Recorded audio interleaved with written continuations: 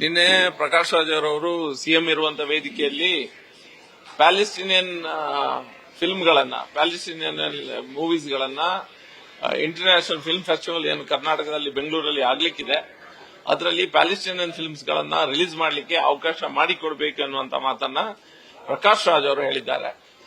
ಇದರಲ್ಲಿ ನಮ್ಮ ಭಾರತ ದೇಶದಲ್ಲಿ ಬಹಳ ಲಿಬರಲ್ ಆದ ದೇಶ. ನಾವು ಎಲ್ಲಾ ರೀತಿಯ ಆರ್ಟ್ಸ್ ಗಳಿರ್ಬೋದು, ಆರ್ಟಿಸ್ಟಿಕ್ ಕೆಪಾಸಿಟೀಸ್ ಗಳಿರ್ಬೋದು, ಪಿಕ್ಚರ್ ಗಳಿರ್ಬೋದು, ಅದಕ್ಕೆ ಅವಕಾಶವನ್ನ ಭಾರತ ದೇಶದಲ್ಲಿ ಮಾಡಿಕೊಡ್ತದೆ. ಆದ್ರೆ ಈ ಪ್ಯಾಲೆಸ್ಟೈನ್ ಪಿಕ್ಚರ್ಗಳು ಎಲ್ಲ ದಿವಸ ಒಂದು ಪ್ರೊಪಗಂಡಾ ಬೇಸ್ಡ್ ಮೂವೀಸ್ ಆಗಿರ್ತದೆ. ಇದರಿಂದ ಒಂದು ಹಿಡನ್ ಎಜೆಂಡಾ ಇರ್ತದೆ. ಎಲ್ಲೋ ಒಂದ್ ಕಡೆ ಸಮಾಜದ ಸ್ವಾಸ್ಥ್ಯವನ್ನ ಹಾಳು ಮಾಡುವಂತ ಪ್ರೊಪಗಂಡಾ ಈ ಪ್ಯಾಲೆಸ್ಟೀನಿಯನ್ ಮೂವೀಸ್ಗಳಲ್ಲಿ ಇರುವುದನ್ನ ನಾವು ನೋಡಿದ್ದೇವೆ. ಅದಕ್ಕಾಗಿ ನಮ್ಮ ಕೇಂದ್ರ ಸರ್ಕಾರ ಇದರಲ್ಲಿ ಸರ್ಟಿಫಿಕೇಶನ್ ಬೋರ್ಡ್ ಇದೆ, ಅದರಲ್ಲಿ ಮೆಂಬರ್ಸ್ ಗಳಿದ್ದಾರೆ. ಈ ಪಿಕ್ಚರ್ ಗಳನ್ನ ನೋಡಿ ಇದು ಕೆಲವು ವಿಷಯಗಳ ಬಗ್ಗೆ ಸಂಶಯವನ್ನ ವ್ಯಕ್ತಪಡಿಸಿದ್ದಾರೆ. ಹಾಗಾಗಿ ಗೋವಾದಲ್ಲಿ ಈ ಪ್ಯಾಲೆಸ್ಟೀನಿಯನ್ ಎಜೆಂಡಾ ಇರುವಂತಹ ಮೂವೀಸ್ ಗಳನ್ನ ರಿಲೀಸ್ ಮಾಡಲಿಕ್ಕೆ ಅಥವಾ ಶೋ ಮಾಡಲಿಕ್ಕೆ ಬಿಟ್ಟಿರಲಿಲ್ಲ.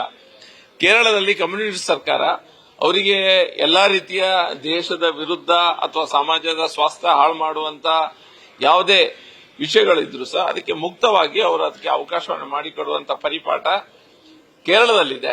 ಹಾಗಾಗಿ ಕೇರಳದಲ್ಲಿ ಈ ರೀತಿಯ ಪ್ರೊಪಗಂಡಾ ಇರುವಂತ ಹಿಡನ್ ಎಜೆಂಡಾ ಇರುವಂತ ಪಿಕ್ಚರ್ಗಳನ್ನು ರಿಲೀಸ್ ಮಾಡಲಿಕ್ಕೆ ಅವಕಾಶ ಮಾಡಿಕೊಟ್ಟಿದ್ದಾರೆ. ಆದರೆ ಕರ್ನಾಟಕದಲ್ಲಿ ನಾವು ಅದಕ್ಕೆ ಅವಕಾಶ ಮಾಡಿಕೊಡಬಾರದು. ಯಾಕಂದ್ರೆ ಇದೆಲ್ಲ ಸಹ ಒಂದು ಹಿಡನ್ ಎಜೆಂಡಾ ಇರ್ತದೆ. ಒಂದು ಪ್ರೊಪಗಂಡವನ್ನ ಅವರು ಅದನ್ನ ಜನರ ಮುಂದೆ ತೋರಿಸಲಿಕ್ಕೆ ಅಥವಾ ಆ ಪ್ರೊಪಗಂಡವನ್ನ ಫಾರ್ವರ್ಡ್ ಮಾಡುವಂತ ಒಂದು ವ್ಯವಸ್ಥೆ ಈ ಪಿಕ್ಚರ್ನಿಂದ ಇದೆ. ಪ್ರಕಾಶ್ ರಾಜ್ ಅವರ ಮನಸ್ಥಿತಿ ನಮ್ಗೆಲ್ಲರಿಗೂ ಗೊತ್ತಿರುವಂತ ಒಂದು ಮನಸ್ಥಿತಿ.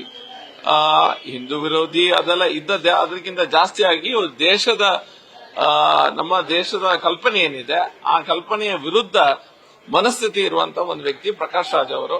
ಅವರಿಗೆ ವೇದಿಕೆಯಲ್ಲಿ ಸಿಎಂ ಹತ್ರ ಮಾತಾಡಲಿಕ್ಕೆ ಒಂದು ಚಾನ್ಸ್ ಸಿಕ್ಕಿದೆ ಅಂತ ಹೇಳಿ ಅವರು ಈ ರೀತಿ ಪಿಕ್ಚರ್ಗಳನ್ನ ಪ್ರೊಪಗಂಡಾ ಇರುವಂತ ಪಿಕ್ಚರ್ಗಳನ್ನ ಇಲ್ಲಿ ರಿಲೀಸ್ ಮಾಡಬೇಕು ಅನ್ನುವಂತ ಪ್ರಕಾಶ್ ರಾಜ್ ಅವರದ್ದೇ ಒಂದು ಹಿಡನ್ ಎಜೆಂಡಾ ಬೇರೆನೆ ಇರ್ತದೆ.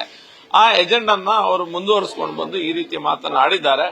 ಕರ್ನಾಟಕದಲ್ಲಿ ಈ ರೀತಿಯ ಪಿಕ್ಚರ್ಗಳಿಗೆ ಅವಕಾಶವನ್ನು ಖಂಡಿತ ನಾವು ಮಾಡಿಕೊಡಬಾರದು. Thank you.